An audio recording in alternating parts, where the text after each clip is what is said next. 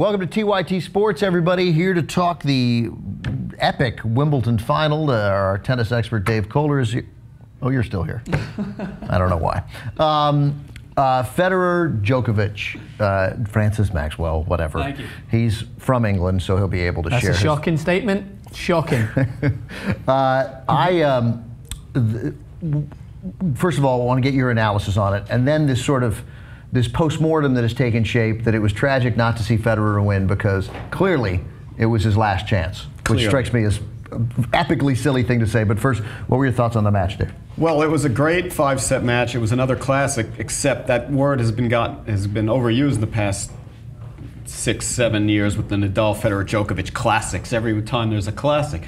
But it was a great five-set match with comebacks and drama, and very clean. Very high ratio of winners to unforced errors. Djokovic, we've seen in the past several finals that he's made, he comes to some point to a physical limitation or a scoreboard adversity or something, and then he just falls apart and flips out and blows it. And he got to that point this time. He was a little injured. Federer came back. Djokovic had a set point in the fourth set. Federer survived. A championship point, yeah. And so you would expect Djokovic, if he had been following the pattern of the previous few finals, would have just fallen apart. But he didn't. He came back strong, and they took the fifth set all the way to break Federer in the very last opportunity he had, and he won the championship. Federer won 5 straight games in that fourth set. It was 5-2. Yeah. You were talking about that championship point, and then he won 5 straight games, which was all by itself. That was almost the most amazing part of the match, not even counting the. It seems to show Djokovic's maturity, because he seems like in the past, as David said, Djokovic has done things where he beats himself up a lot. If you watch him in a lot of his games, he goes crazy, he sits there, hits his head on the racket and sort of things, and he kind of beats himself up. But for me, that demonstrated a huge idea of maturity, the fact that he could come back from that, nearly losing it, to come back and win it. It just shows that he's definitely coming into his own, I think, as the world's #1.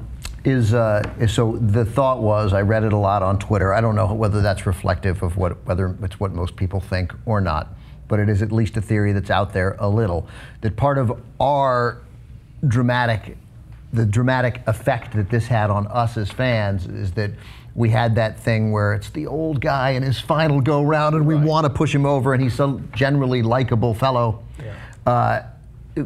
What of the thought that this was Federer's last best chance to win a major? Well, this is the Chris Fowler approach to tennis. I like Chris Fowler, but when he covers tennis, all he talks about is how many majors the guy's had and what history is being made.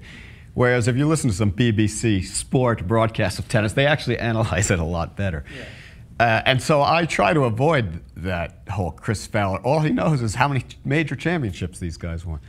Now, getting back to it, I'll answer the question anyway. So he just made the final of Wimbledon. So it shows that he's at the top level of men's tennis, and sure, he could make another final and squeeze out. Things have to fall for him. We should talk about. Well, let me just say that very quickly, because that's really always what it is. Things have to fall for him. He's 32. He spent most of a year injured already. As you get older, the likelihood that that happens more obviously increases. So the odds of him making it to the final go down a little bit. And if Djokovic is at the top of his game every time they meet in the future, then maybe he doesn't win. Yeah. But that said, somebody else could beat Djokovic, right? So we could get to the point where obviously Federer could win again, but he hasn't won the US Open since 2008.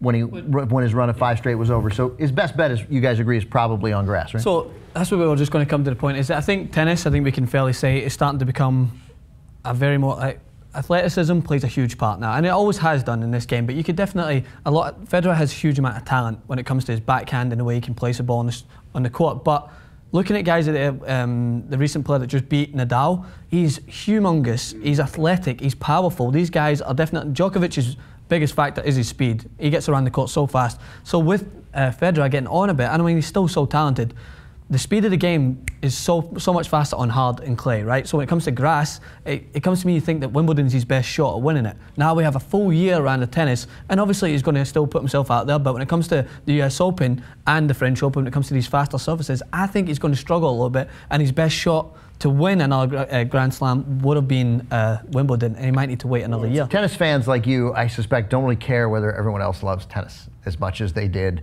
in the Borg, McEnroe, Connors heyday. But it's interesting that we now have a number of appealing guys and interesting guys. Djokovic was sort of charming in his acceptance speech. That line about "Thank you, Roger, for letting me win." Yeah. That was lovely. Is Djokovic a likable enough guy for It's a pretty lame question to sort of be the #1 player in tennis to carry the mantle. I mean, obviously he can. Is that a guy you want carrying the mantle? The answer can well be yes. I don't know.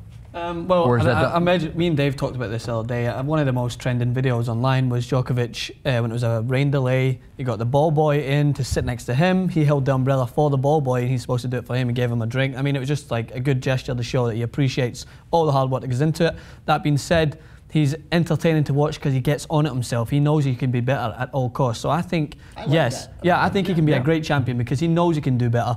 And I mean, in terms of watching him play, he's so exciting. He's so fast around that court. I mean, and for me, very likable, and he is like a bit of a fun clown on the court. He does humorous things. He does imitations, impressions, and he's steely, man of steel when he wants to. Like in that epic Australian Open final and in this Wimbledon final, he is determined, and he's a very valid champ.